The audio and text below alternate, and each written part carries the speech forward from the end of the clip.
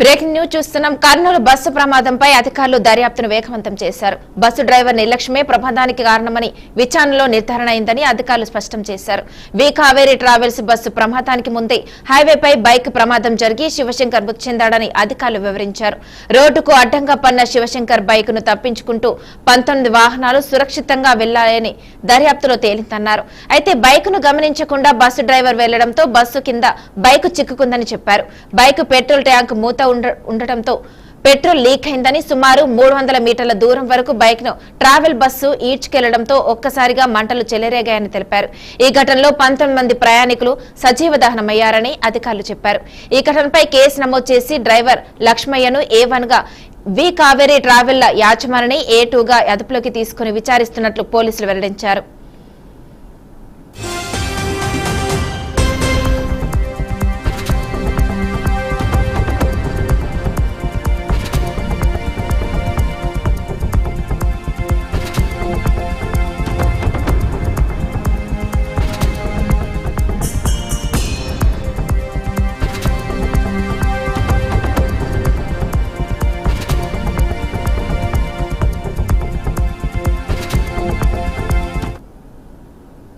Kurnool bus ప్రమాదంపై అధికారులు దర్యాప్తును వేగవంతం చేశారు. బస్సు డ్రైవర్ నిర్లక్ష్యమే ప్రమాదానికి కారణమని విచారణలో నిర్ధారణ అయిందని స్పష్టం చేశారు. వి కావేరీ ట్రావెల్స్ బస్సు ప్రమాదానికి ముందే హైవేపై బైక్ ప్రమాదం జరిగి శివశంకర్ మృతి చెందాడని అధికారులు వివరించారు. ఇక ఇదే అంశంపై పూర్తి సమాచారం మా ప్రతినిధి బస్వరాజ్ అందిస్తారు. బస్వరాజ్, చెప్పండి. థ్యాంక్ యూ మనస. కర్నూలు ఏదైతే కావేరీ ట్రావెల్స్ బస్సు ప్రమాదము దర్యాప్తు కొలికొచ్చే అవకాశం కనిపిస్తుంది. ఇప్పటికే పోలీసులు దర్యాప్తు ముమ్మరం చేశారు. అయితే ఆ రోజు 24వ తేదీ జరిగిన ఘటన నేపథ్యంలో అంటే బైకిస్ట్ ఎవరైతే శివశంకర్ ఉన్నాడో, శివశంకర్ అంటే బైక్ డివైడర్ ఢీ కొట్టి బస్సు వెళ్ళక ముందనే చనిపోయినట్లు తెలుస్తా ఉంది.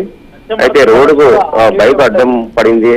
ఆ బైక్ అడ్డం పడినా కూడా చాలా వెహికల్స్ వెళ్ళాయి. బట్ బైక్ ను తొలగించే ప్రయత్నం చేయలేదు, సైడ్ తీసుకుని వెళ్ళాయి. ఆ తర్వాత సుమారు 19 వెహికల్స్ వెళ్ళాక ఈ 13-15 నిమిషాల్లో లాస్ట్ లో ఈ బస్సు వెళ్ళడం జరిగింది, ఈ కావేరీ ట్రావెల్స్.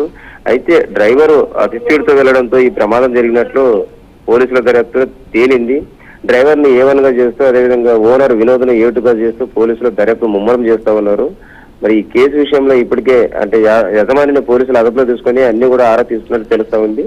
అయితే ఈ బస్సు ప్రమాద ఘటనలో ఏదైతే అప్పుడు రియల్మీ సెల్ ఫోన్స్ కావచ్చు, లేదా ఇతరత్ర కొన్ని నిషేధిత వస్తువులు కూడా ట్రాన్స్పోర్ట్ చేయం, ఇవన్నీ కూడా చిన్న తప్పిదాలుగా అక్కడ 19 మంది దహనమైన పరిస్థితి మనం చూసాం. మరి ఈ కేసులో 19 మంది అకారణంగా చనిపోవడంతో దీన్ని ప్రభుత్వం కూడా చాలా సీరియస్ గా తీసుకునింది.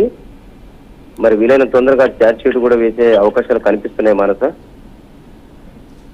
Okay, thank you Baswaraj.